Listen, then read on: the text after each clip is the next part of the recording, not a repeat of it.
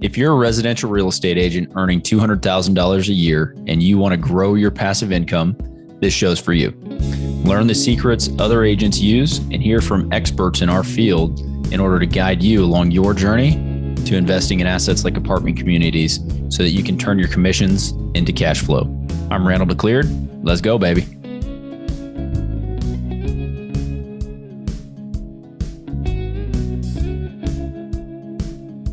All right, welcome back. It's so good to have you again today. I love that we're sitting here growing together and you are back for more. So I just had another awesome interview. I love that I'm doing these twice a week because I get to have this conversation with you directly about things that are happening right now. A lot of the interviews that we record come out a little bit later and after the fact. And so these give me an opportunity to speak to you in real time and talk to you right now. So the conversation I just had is with an industrial broker. It will come out in a little bit, but it was really interesting talking to him because he is in the market and transacting deals for his clients all the time on the sales and on the leasing side of things. So one thing that was really interesting about our conversation is that he has really focused on his niche. Like he knows industrial. And so he's focused on investing in industrial as well. And so we talk a bit about how he got started in his first deal that he bought. And so it's a really good conversation. Again, this is going to come out in a few episodes. So I'm not going to give it all away, but the point that I took away, the thing that I took away is, again, go out and get active, because he could have sat on the sidelines and he could have thought and listened to 1,000 podcasts without actually getting started. But he pulled the trigger. He bought one deal. He said he had some struggles with it, and there's no greater teacher than experience. And so he's got that asset now, and it's outperforming, or it's performing better than expectation. So again, it's just really, really good to have a chat and have a conversation with somebody who is out active doing the work on the brokerage side of the business, converting that active income into passive investments. Again, we talked about how industrial is great for the fact that he's getting triple net leases, and it's a lower maintenance item than, or management item, not maintenance, than some other types of investments. So again, we talked that, and then we also talked about syndications, and he had some really good points about why he invested in a syndication. Even though he is in the business, he knows real estate, he's actively looking for projects that he himself can execute on and be the owner of. He looked at syndications and he looked at funds to place some capital to diversify and to create less ongoing work for himself as good practice. And as you need to start doing or should start doing, you can do whatever you want. But if you're listening to this, you should really start getting involved in the syndication world, start getting on people's lists so that you can get investment prospectus sent to you, and you can get their offerings. And because we talked about it today, and I'm always asking everybody, like, what kind of return profiles is that syndication kicking off? What do they promote? What's their waterfall structure look like? What's the investment thesis? Like all the questions that we go over. And I mean, this is on point because this episode that you're listening to is the third part in the series of 50 questions you should ask sponsors. I'm always asking those questions. I always want to know, and I want to see what's happening in the market and see what other people are seeing, and get on new lists so that I can see investment opportunities as they come out. But again, back to this interview and specifically why it piqued my interest is he is a full-time real estate broker. He's brokering deals, working on the investment sales along with the lease up for his clients. And so he could easily say, look, I'm only going to invest in deals that I am looking at and that I am controlling. However, if I put some capital to work in a syndication with an operator who's tried and true, I can kind of set it and forget it. I write the check. I get the distributions as they come. I get to read the quarterly, newsletter that comes out and tells us about the property. I can reach out and talk directly to the syndicator or the sponsor if I need to. Other than that, I really don't need to be full-time involved in that deal. It diversifies my investment portfolio, and it allows him to put some capital to work while he is otherwise unable to find or execute on a deal. And so I highly encourage you to continue to reach out to people, reach out to me. If you have questions, I'm happy to plug you into certain types of investments or strategies. I guess not. I'm not an investment advisor. I'm not selling investments. I'm just happy to point you in the right direction. Let's put it that way. So that you know what to Google, you know where to look, you know what to do. So you can get line of sight on some of these types of opportunities. And by all means, we are putting out opportunities now. So we are at the tail end of some of the legal on setting up a multifamily fund. And so I'm excited to have that conversation with you as soon as that is available. And then we have another one. It's a crowdfund deal that we're again at the tail end of to get that thing launched. And so those are types of offerings that you can look at. You get those from me and you read through them. If it makes sense, if it resonates, if our investment thesis makes sense to you and you're excited about it, by all means, jump in with us and figure out how we're doing it so that you can learn. And that was the big thing that I got with this broker is, again, just like I'm able to be a fly on the wall in the syndication and take a look at what they're doing, how they operate, what their communication cadence is like, the types of documentation that they provide us. And then I can decide, do I like this or do I not like this, in the sense of how they're operating. And then he can, if he wants to, and he told me in the next few years he wants to actually go out and do his own, or he's looking at it. It's not like a high priority for him right now to be the lead sponsor or the general partner on a deal, but this will give him a further leg up should that ever come to pass. So again, highly recommend doing it. I'm excited again that you're here, that you're learning, that you're growing your knowledge base so that you can execute on some of these investments as well.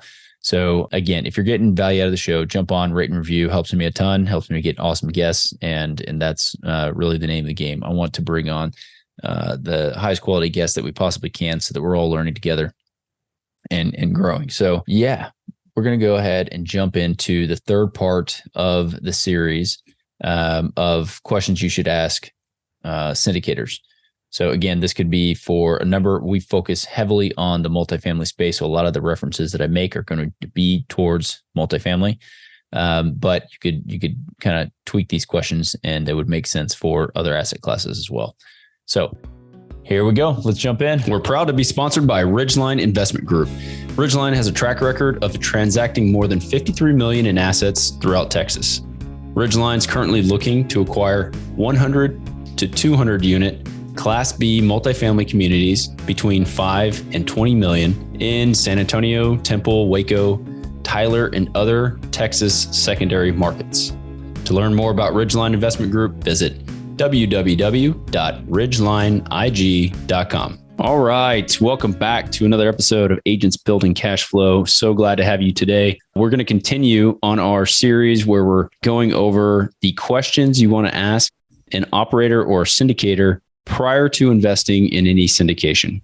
Okay. So if you haven't heard the prior two episodes, be sure to go back and listen to those because we cover some of the basic stuff that you want to be asking. And then we're going to dig in a little bit more on some more detailed questions right now. Let's get it going. All right. So one big question you can ask if you're looking for tax savings and tax benefits, you are going to want to ask if there will be a cost segregation study being performed on the asset. So depending on what type of asset class it is, if it's multifamily, storage facilities, industrial, that sort of thing, a cost segregation can help accelerate the depreciation that a project can obtain in year one. And especially right now, there's a thing called bonus depreciation that is 100% bonus depreciation of what's able to be charged to a deal, or I guess the tax savings that could come from that deal. And so definitely ask your sponsor about this. Is there going to be a cost segregation performed on the asset? Because there are some tax benefits that you can receive as a limited partner investing in that deal. So good to know. Again, I'm not a CPA, but talk to your CPA about it. All right. So cost seg, remember that word, cost seg or cost segregation. Okay. So the next question is, when do you issue K1s to equity investors? So K1, it's a document for all the partners who invest in a deal. They will get a K1. It's an IRS form that shows you your gains and losses from the investment. And so you want to know when the sponsor is going to be issuing those. There's a deadline, but sometimes you try to get it out early. Sometimes you are right on point. So just ask that question and find out the answer. Next question. How do you plan to manage cash flow? Again, this could be a fairly straightforward question, but when a property is producing free cash flow, then you need to know how that cash flow is going to be spent. Is it going to be distributed to you, the partner? Is it going to be distributed to a preferred equity balance? Is it going to be held as reserves in case something happens at the property and you need capital reserves? So just ask how the cash flows will be handled and get to know all that will be in the documents that you're looking at and signing, but just ask it up front. All right, moving on. Here we go. We got, what third-party property manager are you hiring? That can be, if you're working with a sponsor that is vertically integrated, they may have in-house property management. So this question may not even apply. But if there is a third-party property manager, you want to know who they are. So you, just like anybody else on the team, you can look them up and figure out their experience level and what they bring to the table. So again, ask that and know who it is. And a follow on to that is, have you ever worked with this property manager before? So it's a good question. You want to know how many assets that property manager has in the market as well. If it's their first asset in the market, that could be problematic. And if it's, and I guess back to that question, if you've worked with them before, if the sponsors worked with them before, that is telling that they're being hired again, right? They're obviously managing the asset fairly well, filling it up, not keeping it vacant, turning the units, doing all the things that the property manager is there to do. And so if they're one-off, find out why it's the first time they're using them, find out if there were troubles with the prior property managers and what the sponsor is doing to mitigate those problems going forward. What lessons did they learn? So all good questions to ask. Let's see. Have you worked with a regional overseeing this property before? Okay, this is still in the same line with the property management company. The regional would be the regional manager of the property management company. They typically oversee a number of assets in a given market or maybe multiple markets. And so it's good to know what kind of working relationship the sponsor has with this property management company or somebody on the sponsor's team. Who has the relationship? So good question to ask. All right. What are your plans to hold your on-site manager and or third-party property management company accountable? So a lot of property management questions here. So it's easy to assume that you can hire a third-party property management company and they will do everything they're supposed to do, stay on top of the leasing, and everything's going to run smoothly. Unfortunately, that's not really how it works, and that's not how it operates. That's why asset managers are in place, and that's why we have an asset management fee, because we are actively working with a property management company to ensure that the business plan is being implemented in a timely manner, on budget, and we're making decisions in real time because we're looking at the cash flows, how the operations are actually going. So yeah, ask that question, know what the plans are to hold them accountable. All right. So typically for us, we have like a KPI, which is key performance indicators that we give our property management companies. These are the metrics that we need you to hit in order for this thing to operate properly. And so that's just one way. We get reports on a weekly basis and even on a daily basis. We can look to see how many leads we're getting, how many people are leasing. And so we have access to all that data. So let's see. How is your accounting handled? Okay, so that's a good question. If there's a outsourced bookkeeper, if there's an in-house bookkeeper, if you are using a CPA that's handling all of it in-house, explain to your limited partners how that's being handled. That is a question on the accounting side. So follow on to that is, what CPA firm are you working with? So if it's a local CPA, not nationwide, are you working with a sponsor that has national reach? And if so, you need to ask them how the CPA is handling the out-of-state assets that they may be acquiring and get to know their experience level.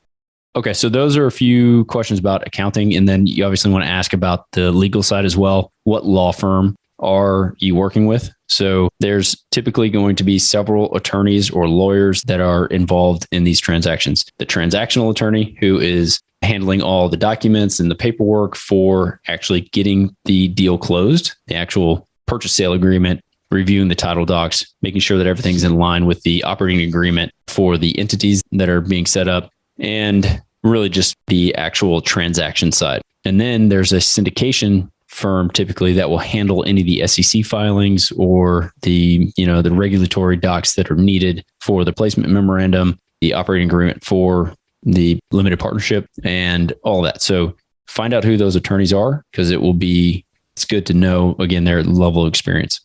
Okay, here's a question about reporting.